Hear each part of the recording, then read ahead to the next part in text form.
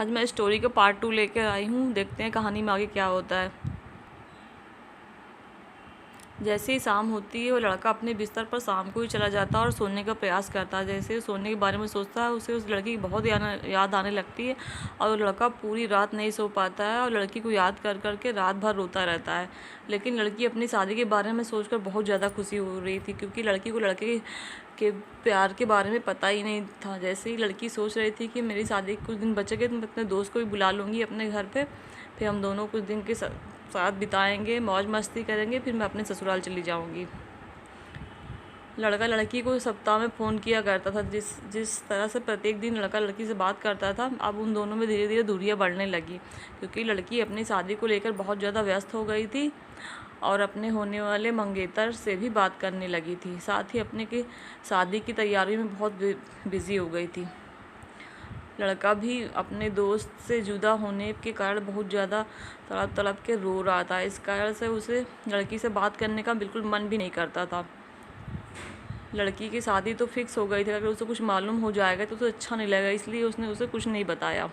शादी कुछ दिन पहले लड़की लड़के को फ़ोन करती है और कहती है बस एक दिन बचा है, तुम कब आ रहे हो। उसके बाद लड़का कहता है ठीक है, मैं आज ही आ जाऊँगा। शाम तक वो लड़का लड़की की शादी में शामिल हो जाता है और लड़का अपनी नाम आँखों से घर के सभी काम करता है, सजावटी सामान और शादी के सामान में मदद भी करता है। बस दूसरे दिन लड़की की विदाई होने वाली थी तो लड़की अपने ससुराल जाने के लिए तैयार हो रही थी। एक बार लड़का अपने प्यार से बिछड़ने के लिए रोने वाली फीलिंग कर रहा था। अब समय कहाँ, अब तो विदाई का समय आ गया था। लड़की की विदाई में जितना लड़की नहीं रोई थी उससे ज़्यादा उसका दोस्त रोने लगा।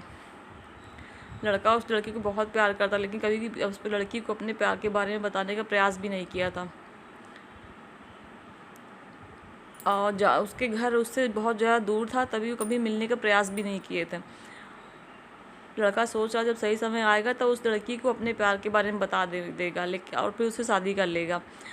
लेकिन उसने अपने प्यार का इजहार करने में बहुत देर कर दी। इधर लड़की बड़ी हो गई थी, उसके माता पिता ने उसके लिए रिश्ता खोज कर उसकी शादी भी तय कर दी, इसलिए लड़का लड़की एक नहीं हो पाए और अलग हो गए। इस कहानी से हमें यह शिक्षा मिलती है कि अगर आप जिससे भी प्यार करते हो, जिसके बिना आप रह नहीं सकते, उसको बताने में ही भलाई है।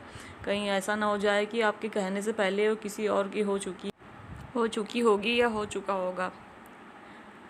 तो इसीलिए सबसे अपने प्यार को पहले ही जाहिर कर दें।